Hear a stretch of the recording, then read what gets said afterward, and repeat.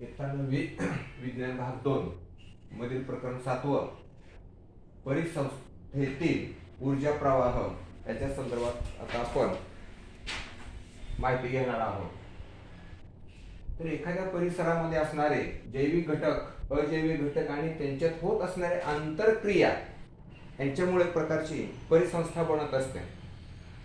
जैविक घटक म्हणजे ज्यामध्ये जीव आहे, वृद्धी होते अशा प्रकारचे घटक. अजैविक घटक म्हणजे निर्जीव आहेत अशा प्रकारचे घटक आणि त्यांच्यामध्ये सारखी एक प्रकारची आंतरक्रिया होत असते आणि अशा प्रकारच्या आंतरक्रियेमुळे परिसंस्था बनत असते. आणि त्या परिसंस्थेचे प्रकार तर प्रामुख्याने बघायचं झालं तर जलीय परिसंस्था आणि भूपरिसंस्था. जलीय म्हणजे पाण्यात असणारी परिसंस्था. आता पाण्यामध्ये असणारी परिसंस्था म्हणजे जलीय वनस्पती असतील, प्रवाळ बेटे असतील, माशांचा समूह असेल, म्हणजे अशा प्रकारच्या त्या ठिकाणी एकाच जातीच्या, एकाच प्रजातीच्या वनस्पती असतील किंवा सजीव एकपेशीय बहुपेशीय प्राणी असतील, अशा प्रकारचे सगळे त्या ठिकाणी परिसंस्थेत जलीय येऊ शकतात. तसे भूपरिसंस्था म्हणजे आपण जे पृथ्वी तलावर राहतोय, आसपास इकडे तिकडे भोवताली पाहिल्यानंतर आपल्याला जमिनीवर असणाऱ्या अशा प्रकारच्या प्रसंस्था आपल्याला बघायला मिळतात. म्हणजे एकाच प्रकारच्या वनस्पतीचा समुच्चय त्या ठिकाणी आपल्याला दिसतो. अशा प्रकारच्या ठिकाणी आपण त्याला भूपरिसंस्था असे म्हणू शकतो. उपप्रकार तसे अनेक आहेत. गोड्या पाण्याच्या परिसंस्था. गोड पाणी म्हणजे आपण पितो ते पाणी. तर सागरी परिसंस्था, समुद्रामध्ये असणाऱ्या परिसंस्था, जंगलामध्ये असणाऱ्या परिसंस्था, वाळवंटी प्रदेश असेल तर वाळवंटी प्रदेशामध्ये असणाऱ्या परिसंस्था. प्रत्येक सजीवाला जगण्यात ठराविक अजैविक घटकांची आवश्यकता असते. म्हणजे आपण जरी सजीव असलो तरी आपणाला जगण्यासाठी सुद्धा जे अजैविक घटक आहेत त्या अजैविक घटकांचा प्रत्यक्ष अप्रत्यक्षपणे आपणाला त्याचा उपयोग किंवा वापर होत असतो. हवा, माती, पाणी, सूर्यप्रकाश, तापमान, आर्द्रता हे जे घटक आहेत हे सगळे अजैविक घटक आहेत आणि तेथे असणाऱ्या सजीवांचा प्रकार त्या ठिकाणी अवलंबून असतो. जैविक आणि अजैविक घटकांच्या सातत्याने होणाऱ्या आंतरक्रियेमुळे अजैविक घटक कमी अधिक होत असतात.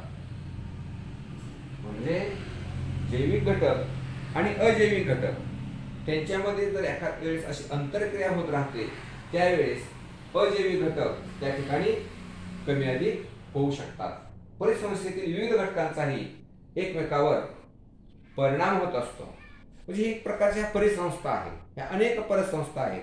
जमिनीवर आहेत, पाण्यामध्ये आहेत, जंगलात आहेत, वाळवंटात आहेत. हे जे घटक आहेत जैविक आणि अजैविक यांच्यामध्ये एकमेकावर परस्परावर आंतरक्रिया झाल्यानंतर या ठिकाणी एकमेकावर एक प्रकारचा परिणाम होत असतो. तर ह्या परिसंस्थेचे जे ऊर्जा प्रवाह आहेत यामध्ये स्वयंपोषी म्हणजे काय तर स्वतःचे अन्न स्वतः तयार करणे, त्याला उत्पादक असं संबोधलेलं आहे. परपोषी म्हणजे दुसऱ्यावर अवलंबून असणारे भक्षक. मृतोपजीवी विघटक. मृतोपजीवी म्हणजे या निसर्गामध्ये एखादं मृत झालेलं असेल तर त्याच्यावर जे उपजीवी काम करत असतात, त्याच्यावर ते जीवन जगत असतात, अशा प्रकारच्या घटकांना मृतोपजीवी असं म्हटलेलं आहे. विघटक म्हणजे एखादी वस्तू किंवा सजीव मृत झाल्यानंतर जमिनीमध्ये गाडला गेला किंवा वर जर राहिलं तर त्याच्यामध्ये जे काही हवेत, पाण्यात, चिखलामध्ये जे काही सूक्ष्मजीव असतात ते त्यांना अन्न मिळवण्यासाठी त्याचं ते विघटन करत असतात आणि त्यांनाच विघटक असं म्हटलेलं आहे. म्हणजेच उत्पादक, भक्षक, मृतोपजीवी, विघटक अशा प्रकारे या सजीवांचे प्रकार पडलेले आहेत. आता सभोवतालच्या परिसंस्थेतील विविध भक्षक स्तर. आपण ज्या ठिकाणी असतो आपल्या सभोवताली अशा वेगवेगळ्या अनेक प्रकारच्या परिसंस्था आहेत आणि त्या परिसंस्थेमध्ये विविध भक्षक स्तर. आता प्राथमिक भक्षक कोणकोणते आहेत? तर प्राथमिक भक्षक हे शाकाहारी आहेत. द्वितीयक भक्षक त्यानंतर मांसाहारी आहेत ते. सर्वोच्च भक्षक आणि उभयहारी भक्षक किंवा प्राणी म्हणू आपण. तर प्राथमिक भक्षकामध्ये शाकाहारी, उदाहरणार्थ नाकतोडा असेल, खार, हत्ती, हे जे आहेत हे प्राणी स्वयंपोषी वनस्पतींनी च्या उत्पादकावर प्रत्यक्षपणे अवलंबून असतात.